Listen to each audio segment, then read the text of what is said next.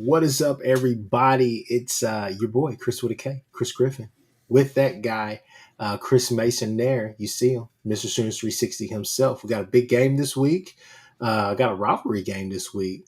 And obviously, you know why we're here. We're here for a short pod today. We're not here for a long time, but we're here for a good time. This is a recruiting pod with Chris Mason. So, Horns Down Podcast, and you got Mr. Sooners 360 himself. And we are also broadcasting this out to Hall of Fame College Football Podcast. So definitely get down there, like, subscribe, do all those different things to each channel. You know how we go there.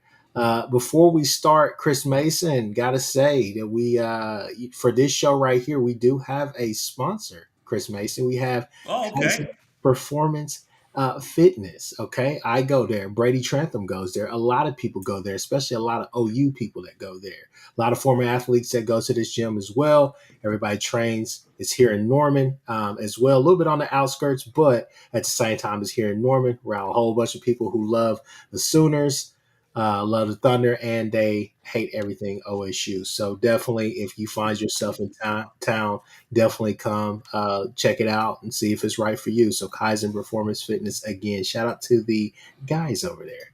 So, Chris Mason, with that being said, let's get right to it, man. We already know what's ahead of us this week, but let's do some recaps.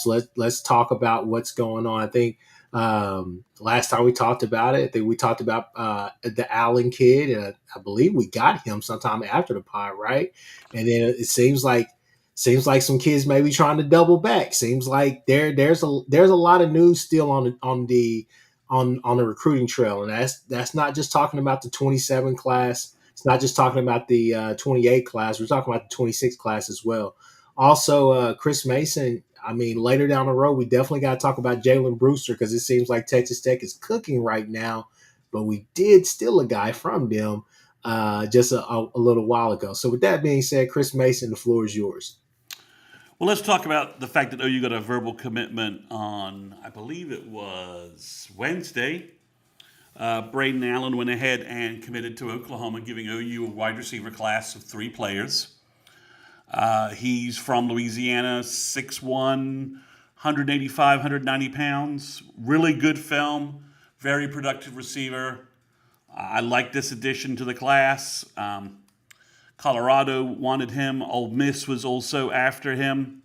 Number of programs were trying to flip him. He initially committed to Tulane. He decommitted last week and then migrated his pick to Oklahoma. That gives OU a three-player wide receiver class of Daniel Odom, Braden Allen, and Xavier Okafueleze. That's Mm-hmm. pretty close. That's pretty close. It's pretty close. It's That's pretty pretty close to close. confidence. We'll go ahead and give me the pass on that. So that's a three-player class for OU. Puts OU at 20 verbal commitments for 2026 and closes out one of the predictions that have been out there for the Sooners. It had been predicted for a while that Braden Allen would join this recruiting class, and I think it's a really good addition. The wide receiver class is a nice mix of players, and I don't think this is a gamble or a flyer by any degree, but if it is a gamble or flyer in your mind, can you do can you do worse than taking a flyer on a wide receiver from Louisiana? I don't think you can. LSU has been turning three-star wide receivers from Louisiana into NFL first-round picks for pretty much the last 15 years. If you look at their wide receiver guys that they keep putting in the pros, they're not always these super highly rated kids from Louisiana that they pick up. So I think it's a good commitment for OU, and obviously OU made him a focus. He visited for the Auburn game, Mm-hmm. so that puts us in good stead in terms of players that visited that weekend. But we did have a surprise official visitor for Kent State. There was one guy who officially visited. It was Milan Paris from Ohio, from the sort of Akron area. He's verbally committed to Iowa State right now. I don't think that verbal's going to hold. Basically, Miami's seriously involved, as Sammy Chandler put there. He's interested in Miami, OU, and Oregon. I think we'll have to see how heavy his interest in Miami becomes and if he makes a visit out to Oregon before he makes a decision. But I don't think Iowa State's hanging on to this guy. Uh, Lots of buzz about Jaden Petit and OU. He Nothing really official out there yet, but right now, if you're not following college football, Wisconsin's terrible. I mean, they kind of rallied this weekend and played better against Michigan, Yeah. but they've been playing bad. I mean, they're not a good football team. There's a very real chance that they have a terrible schedule in Big Ten terms. I mean, they have maybe the most difficult Big Ten schedule that's out there. There's a good chance that they don't win another football game and that Luke Fickell will either resign or be let go at some point. So I think Jaden Petit, who OU was pretty confident they were going to sign back in the summer, decides to decommit from Wisconsin. And he's off to a big start this year. His senior film, there's lots of big plays. He's a big receiver, maybe almost, kind of a flex tight end almost, maybe, depending upon how you view it. But he's having a big year, making lots of plays. There's this whole "how fast is he" message board debate going on Sooner Scoop, which is kind of funny. But I think he possibly could be in play. There's lots of rumors that Davion Gross could be back in play, the wide receiver from Frisco Lone Star. OU has connections with him. Ryder Mix is his teammate. OU, he chose Florida probably over OU. Florida obviously took the horns out to the woodshed to temporarily save Mr. Napier's job, but Florida's schedule is as brutal as OU's coming up. So we'll see what happens there. I'm not sure how many wide receivers OU will take. I don't imagine they're going to take more than 4.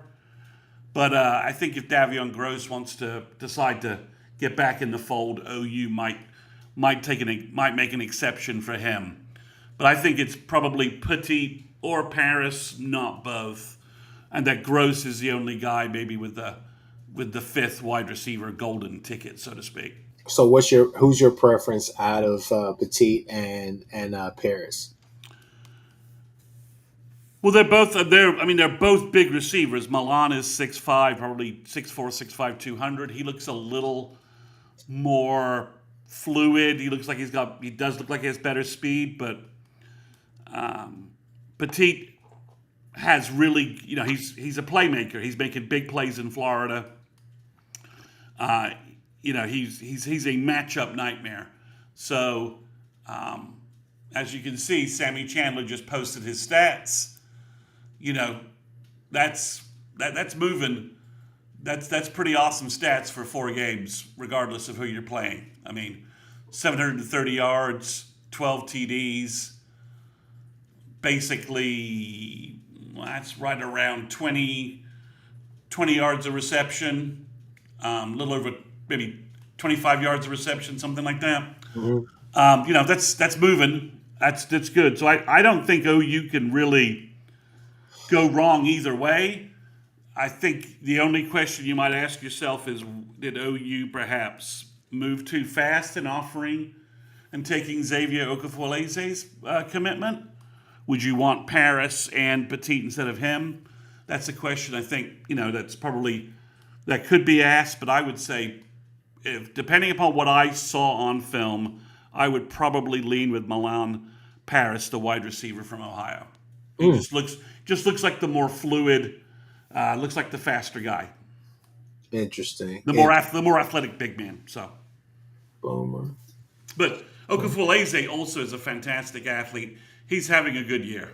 So, I mean, he's having a good senior year because Camion Comptonero is his quarterback.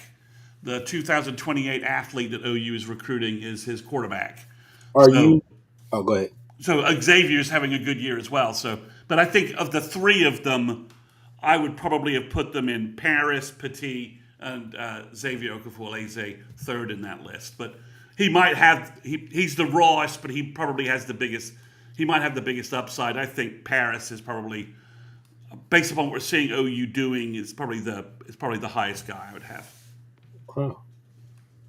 But are you under the impression that if we went with either or, it wouldn't like it's not going to be bad? No, I mean I think if you added either guy, they are certainly big receivers and certainly they're very productive guys.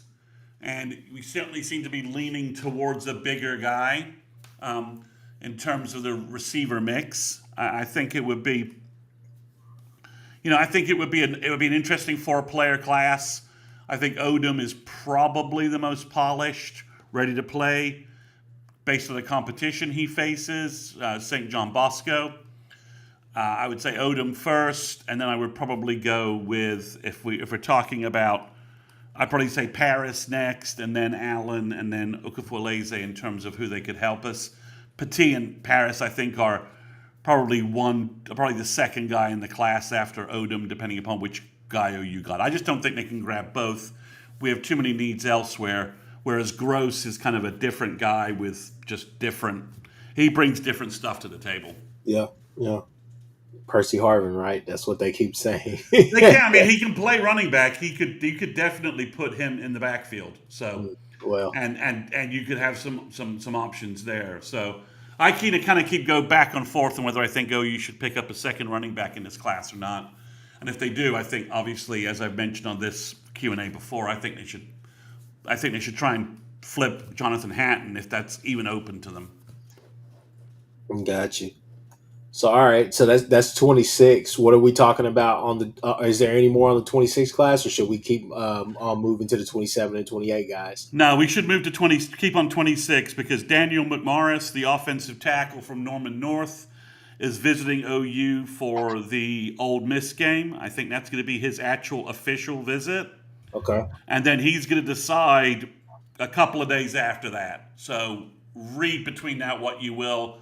I think that means McMorris is going to be a Sooner. Also, Jacob Curry is still out there. He's been projected to OU, but he's visiting Ohio State and FSU. So I'm not sure where that stands, but he would be the third linebacker in the class for 26 that I think OU really needs. Chris, I'm a little concerned. Bo Jandro hasn't played a game yet this fall. So there's no stats for him. What's the injury again? I don't know. I'm not sure. And he was injured last year as a junior.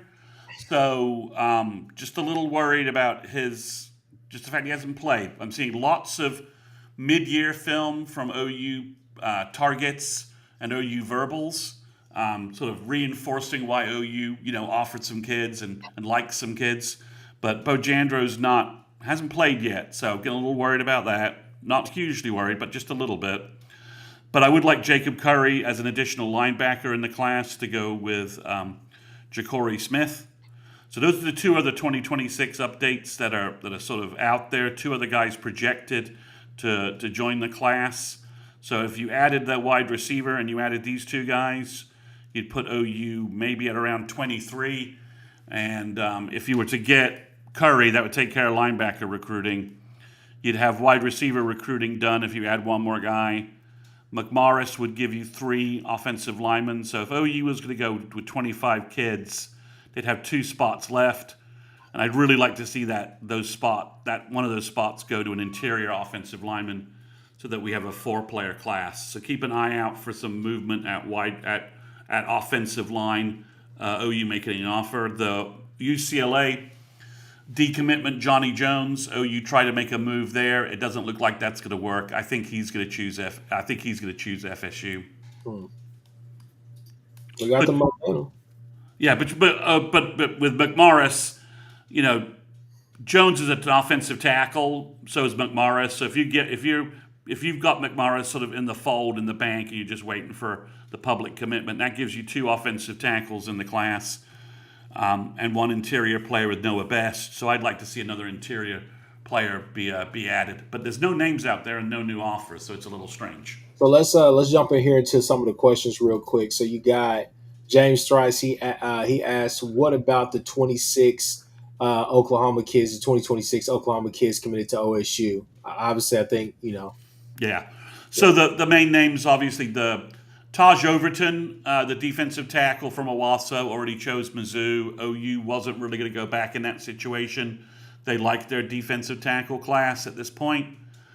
Caden Jones is probably, last I heard, Georgia Tech had just offered him and maybe trying to make a move on him. And then OU's not doubling back there, I don't think. And then really, there's no one else. They're not doubling back on the Presley kid hasn't decommitted from OSU. Braden Presley, I think he's going to stick with OSU. I mean, he has such strong family connections there that that probably makes sense for him. So I don't see OU. Obviously, their current roster is just god awful, so there's no portal targets there. But I don't see anybody from the recruiting class that OU is gonna make a run at. you don't want to get G Freaky back. Sure. What's he gonna do? I hear you.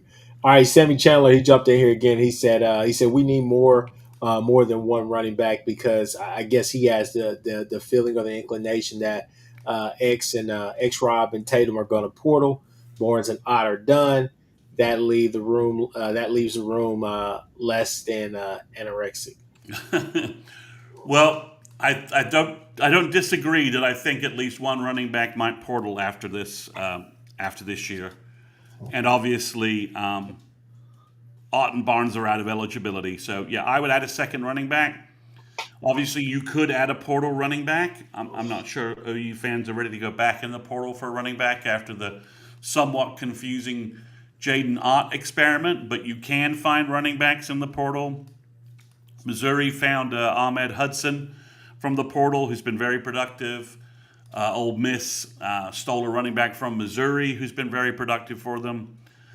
Justice Haynes obviously transferred to Michigan and is having a fantastic year. I think it just sort of depends where OU ends up in terms of what they want to do. But yeah, I think there's a very good possibility that we do lose one running back to the portal, maybe two. We'll see. I mean, X Robs is kind of banged up this year. He's kind of been hurt from the information I have. And the Carl Albert kids have all been pretty successful at OU. So we'll see what happens there. But yeah, I think a second high school running back would be a good move. And again, I'd spend the money on Jonathan Hatton if I was running things, or at least make him say no again. I got you. I got you. All right. Well, if that's the 26, let's talk about the 27 and 28 kids. Obviously, I think the biggest thing out of 27, right, is Brewster. Yeah, he obviously chose Texas Tech. He says he chose them over Ohio State and Indiana, and then Texas and OU and Oregon sort of in the background, which is odd because Oregon and OU were kind of leading for so long in his recruiting. Obviously, the McGuire guy comes from his high school, Cedar Hill, I believe. So it's funny. He's saying, it's Texas Tech's tradition in producing NFL defensive linemen is the reason why he chose there. I mean, the Brooks kid was the last kid that they really put in the league out on defense, right? Well, they had the guy who went to the Raiders a couple of years ago, Yeah. and who's doing nothing opposite Max Crosby, which means you really can't. If you can't get some sacks opposite the attention Matt Crosby gets, you're really not a good player. So, just kind of funny that even in this day and age, the kid can't just say, Tech gave me a bigger, Tech offered me more money than anybody else. Gave me the bag. Gave me the bag. I mean, what's the harm in saying that? So, but obviously, I think OU will continue to recruit him, continue to send him messages. Todd Bates will continue working him, and I think Todd Bates' biggest explanation is going to be, do you want to be a first round draft pick, or do you want to go to Texas Tech and not be a first round draft pick? Now, Texas Tech would tell you, man, we have a really good defensive line. I mean, obviously, you would say it's the Big 12, but they think that they have a really good offensive line. It's just, hey, if that offense runs out of steam, what happens then?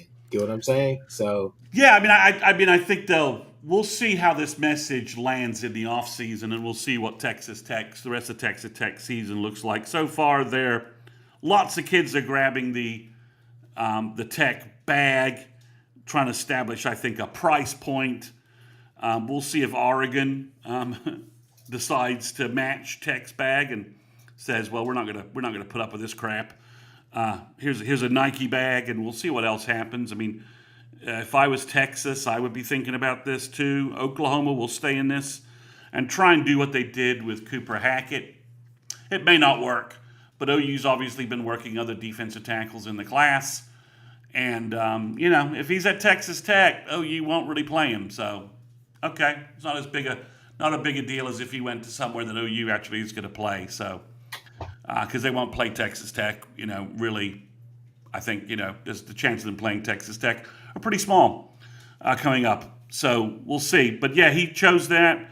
They also have probably put some money in for Kavion Bryant, the quarterback from Texas, is probably also going to choose Tech. So Tech is getting big time players, and they're disrupting the recruiting of Georgia, Texas, Oklahoma, Oregon. They're disrupting recruiting by offering these big bags to players. So it is it's causing some disruption in the 2027 class, and I don't see them stopping anytime soon. So it's going to force OU. OU may not have gotten Brewster anyway. At some point, they were leading, but then he joined. He signed with these guys that it seemed to be. It's hard, Chris, to know whether how the agents that seem to be delivering these players to Tech. It's hard to know how to read that relationship. Really, like, I know that Cooper Hackett has chosen OU, and I think he's still with them. But it does seem obviously some fan bases are gonna start being a little critical about this situation in terms of are you delivering? I'm not saying that they're doing this, but fan bases are obviously going to start accusing this agency of delivering players to Tech. Like, okay, are you actually their agent? Or are you just a go-between between them and Texas Tech? So I think those accusations are going to start bubbling up and becoming a little louder. I have no idea how it works, but that's something you're already starting to see on message boards. yeah, yeah. People, I get it. I get it. I see y'all in the comments. Y'all talking to Marco. Y'all want DeMarco gone. And y'all talking about Smothers is doing his thing. Y'all talking about Tawee Walker. We get it. We get it. We get it. Either way, regardless, though, kind of circling back, what else is going on in the 27 and 28 class? Please. Well, the 27 class, we're waiting on. We still have two predictions out there for two players to join the 27 class. Jackson Roper, an offensive tackle from Colorado, has been picked to choose OU, plus Crew Jones, the big rush end from Utah. So kind of tracking those stories, seeing if those predictions bear fruit. The last one like this was Mikhail McCrary, and that did pay off for OU with that verbal commitment. So two names to watch. If you are not on my Patreon, I'm going to be dropping a 2027 class prediction on there tonight. My first class prediction for 2027. Some names will be pretty obvious to folks. Some surprises and some outright guesses, because at this point, some things just aren't clear in recruiting. But with OU having 5 commitments, 2 predictions for OU, plus a handful of other guys that I think OU leads on, I'm going to go ahead and throw my first 27 class prediction out there. So if you're on my Patreon, you'll see that tonight. And if you're not, you should be on my Patreon and giving the trial a try. So you can read that. But for 27, I think the big question becomes, who do they get to visit for the Ole Miss game? Who returns from the previous weeks? Who comes back for a second look from 2027, what new players come into town as well for 2027. So right now it's really tracking the unofficial visits for the OU home games coming up. Who comes in for Ole Miss? Who comes in for Mizzou? Who comes in for LSU? Elijah Harmon, a big defensive tackle from the Los Angeles area. He's talking about coming back for LSU. That would be 2 OU games he's been to attend. And at some point, Chris, just the weight of the media attention and the fact that there's a very good chance that at least one of OU's defensive tackles will be all SEC, potentially all American.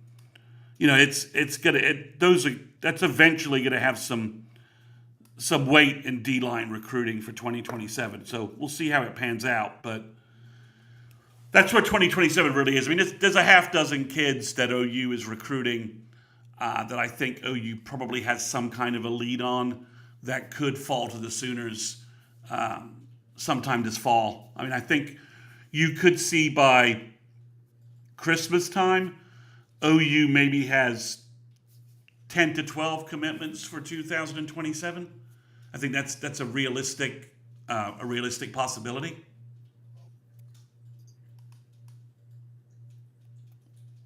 I'm listening. Keep going. Okay. And then for 2028, they just offered the number 2 player in the class as rated by 247. His name is Jelani George. He's a defensive end from Goodyear, Arizona, which I'm presuming he's in the Phoenix area, but I haven't double checked that. He just got offered by OU. Apparently, he's really interested in the Sooners. I think we might see him on campus. We'll probably be seeing more 2028 kids visiting as well, so that's some more names to watch. They just offered their first 2028 kid, one of the first in-state 2028 offers. It's a kid from Bixby. His name is Jason Avant. That's close. I'm close there. Let me see if I can pull that up. I need 2028 offers. I've watched his film. He's 6'6", 230. He's a really good-looking tight end. Probably a tight end, I think. That's where most of his film is. He's from 2028. OU just offered him. So again, it could be another in-state tight end that OU's after. They want obviously Ben Kolar and would like Titus Hawk from in-state for 2027. But for 2028, they've offered a kid from Bixby. He looks really good on film. I think they haven't been making a lot of offers lately, but I think you'll start seeing more 2028 offers go out as kids. We're starting to see a lot more kids post their first 5 or 6 games, Chris. So you're starting to see that OU doesn't have to wait until December to get some film views, and I think that was the case with this offer. So OU's offered the wide receiver kid David Thomas from Stillwater. They've offered Camion Comptonero from in-state as well. So they're starting to make some 2028 in-state offers. I think that's about all I've got in terms of current news. We can certainly open it up for questions. Hey guys, if you guys have any questions here in these last few minutes, then we'll definitely try to answer. So maybe drop some. If you have some points or you have something that you want to say, put it in the chat right now. We'll give you guys the next minute to start doing that. Show us you're a little bit active. If not, we'll get up out of here. Short pod, not a long pod tonight. We always make these short every Monday. We try to do a recruiting recap and kind of fast forward video. Sorry. The guy's name is Connor Arendt. Gotcha. Sorry. He's 6'5", 6'6", 225. His film's really good at tight end. He's also listed as a defensive end, but his sophomore film that just posted is mostly at tight end, and he looks really good at that position. Tall, flanky guy. Probably can easily carry, 245, 250. really good athlete. Here you go. Jesse Brown. He's Jesse Browning. Shout out to him. He says, are we hitting the total for? Excuse me. Are we hitting the portal for more O linemen at the end of this year? I mean, yeah, right. Well, it just okay. So it depends who leaves, who doesn't. I think you would. I want OU to get a fourth high school offensive lineman in this class, a second interior guy. Noah Best, I think, is going to enroll early and be immediately put into offensive center school, learn how to play center. He's 6'5", he's 6'4", 6'5", 300 pounds, 310 pounds. He's going to be a great looking center, I think, athletic. Are, There he goes. But I think, does OU hit the portal for more offensive line at the end of the year? I mean, let's get to the end of the year and see where we are, see where you think we need to be. I think at the very least, OU needs to add the one legit portal guy, best guy they can sign, regardless of tackle and guard, and go from there, because they'll have a right tackle spot and a right guard spot open. So get the best guy you can, and then reorganize things from there. That's what I would do. But I think OU will probably go to the portal for at least one guy, probably two. I might grab a center, someone who has center potential as well. Jimmy Satterfield says Sexton and Taylor need to portal out. I don't see any way that Jake Taylor is on the roster next year. I don't think he's suited up. I think he's hurt. I think basically he's basically just trying to be a leader, help the team. I don't get any indication that he's desiring to play football any longer. But I could be wrong on that. Jake Sexton, we'll see if he returns this year, and if he returns this year, then yeah, if I was Jake, I would go. I'd hit the portal. If I have a year of eligibility left, I would hit the portal and go try and play somewhere else for a year. Just start over. He needs a new thing. Sammy Chandler, he says, legit question: does JJF have the best class for 2026? Both of those tight ends are legit on film. Yes. I mean, Ruxer and Ryder Mix are having fantastic senior years. They are legit tight ends. They are legit two-way tight ends. And Ruxer is probably the better receiver. Mix is probably the better blocker. But in no way, shape, or form is Ryder Mix a liability as a receiver. He's an excellent physical blocker. And same thing for Ruxer. Ruxer will mix it up as a blocker, but he probably has more stretch the field speed. They're both legit tight ends. They're both going to be 6'4", 240, 245. They're both enrolling early, and they'll provide great depth to the tight end position. So, I like that group. I think after that, it's probably Miguel Chavis at defensive end. I really like what they have in Jake Krull, Daniel Norman, and Matthew Nelson. I think that the defensive end group is probably next in terms of the class. All three of those guys are 4 stars by somebody. So I think it's tight end and defensive end. All right, man. Obviously, I just want to make sure that Zane Rowe ends up in this class. I'm just hoping for that, hoping everything.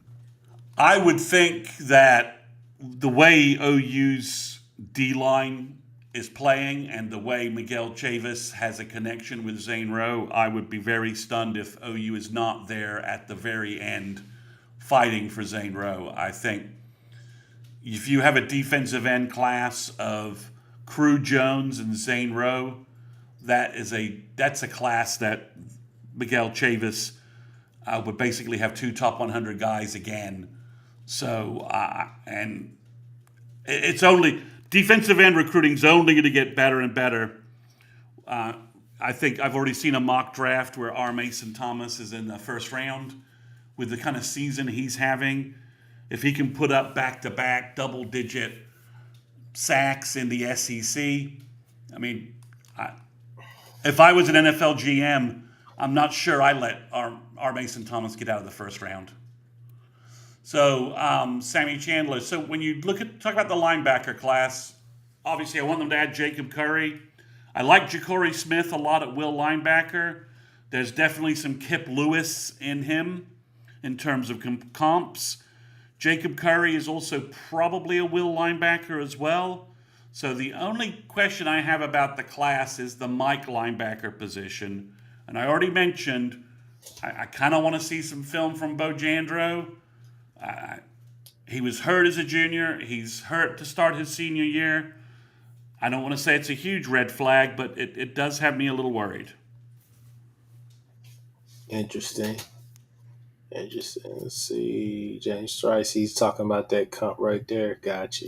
Yeah, I mean, the current coaching staff didn't coach Nick Benito, but I don't think it's a hard comparison for them to push.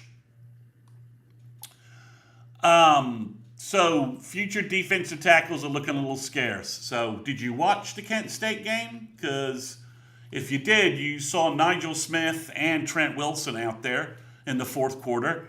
Trent was collapsing the pocket, looked good. Nigel Smith looks good as well. Those two guys are going to be in the defensive tackle rotation next year, along with Stone, Strong, and Jackson. So OU will have 5 defensive tackles. If you have not watched the mid-year film for Brian Harris, I recommend you do that. It's really good. I don't know why Harris is so underranked by the recruiting services. It's a little confusing to me. I think he has every chance of being under Todd Bates. I think Harris, Tyron Richardson, and Carrington all have really sky-high potential. And again, I think Trent Wilson and Nigel Smith are only going to get better and better. And the sleeper guy would be if you're a wrestling fan, would be Mark Henry's kid.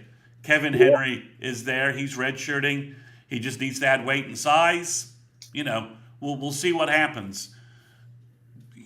Big time defensive tackles in the portal. Sammy, thanks for asking a bunch of questions tonight. I really appreciate that.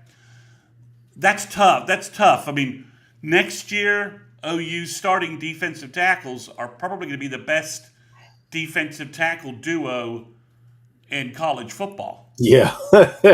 Jaden Jackson and David Stone, we're, based upon what I'm seeing, we're talking Tommy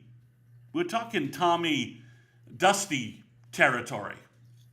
Don't do it, Chris Mason. Don't do it. Don't do it, Chris Mason. Am I wrong? Don't do it, Chris Mason. Am I wrong? Don't do it. Maybe the hype is there. Don't do it because a lot of people are going to say, man, they got it done as freshmen, man. Come on now. I'm just saying. I'm just saying David Stone's seems to be just on a, his progress line's just going like that. And Jaden Jackson is, most folks thought he was the best defender on the roster. And then I had to tell my brother we were missing Jaden Jackson and Dominic Williams on Saturday. He's like, oh, they didn't play? Yeah, we didn't play 2 of our best defensive tackles. Oh, okay. So getting a portal defensive tackle to carry their water, I don't know that you want to spend a lot of money there. Now, 2027, yeah, I might spend some cash there and based upon what you have. But at that point, OU's going to have other guys in the system. So your next, guys, I love Trent Wilson coming out of high school. That kid was a beast. And Nigel Smith bulked up at defensive tackle inside, moving inside. He has first-round potential there. The coaches think that. They think he could be that good. And you only have to look at his high school film to know that he was that move. And, and Jimmy Satterfield, again, thanks, Jimmy. You're always making great comments. Marcus Strong has 2 more years, too. And he's only getting better and better year after year. So, I don't know if I'm a defensive tackle and I'm an elite defensive tackle and I'm kind of underachieving where am I at? I'm calling OU and saying, can I, I've got some years left to play. I might be calling OU and saying, hey, can I join? Because when you look at how well Dominic Williams is playing, how well Marvin Jones Jr. is playing, and Kendall Daniels, OU seems to be a place where you can retool yourself and get yourself back on an NFL trajectory. So I definitely think we'll see a surprising name picked up from OU in the portal over the next 2 years on the D line. But if you're an elite defensive tackle, I just don't see you wanting to be third string behind Stone and Jackson. I mean, I'm trying to think of a player in college football who would have eligibility in 2026 who you could honestly say would play instead of Stone or Jackson. Oh no, I mean you'll be in a rotation though. I think you'll still be in that. It'll be a heavy rotation. We shall Right, see. right. But if you were a starter somewhere else, you're not gonna, and OU needs to balance their roster out a little bit. And let's be obvious, the salary cap number for Jackson and Stone has gone up. No, it definitely has. That's Jim Nagy is probably already talking with their representatives, making sure that we don't have any weirdness at the end of this season with either of those guys. With Ohio State trying to come in with a big offer for either one of them, OU needs to lock those kids down. No, I got you. I got you. I got you. But hey, we're gonna stop it there because we keep these shows short. Okay, we try to keep these shows under 30 minutes. We obviously went a bit 10 minutes over, so we're gonna stop it right here, people. Hey, every Monday, 8 p.m. Simply because, or excuse me, you guys come here. My kid is out here, so I'm over here trying to pay attention to him too. But essentially, we're here every Monday night, 8 p.m. Talking recruiting, just talking a whole bunch of recruiting news from 26, 27, 28, whatever class we can get a hold of, kids that are committing, and all the rest of that stuff. So that's definitely a nod to all the people who are coming in here from Jason's main channel, some of his main cohorts. So definitely check us out. Give us a chance. We come in here, no fluff. We get right to it. We talk to business and we don't sugarcoat it. So, again, Chris Mason has a Patreon. It's only $2 for a subscription. So definitely go out there to Students 360. There's the website and the YouTube channel. Obviously, Horns Down podcast. Definitely hit me up. Let me know if you're there at the Texas game this year. I definitely will be there. Shoot me a DM. Shoot me something. Send me something. We'll try to meet up. So, with that being said, people, we are out of here.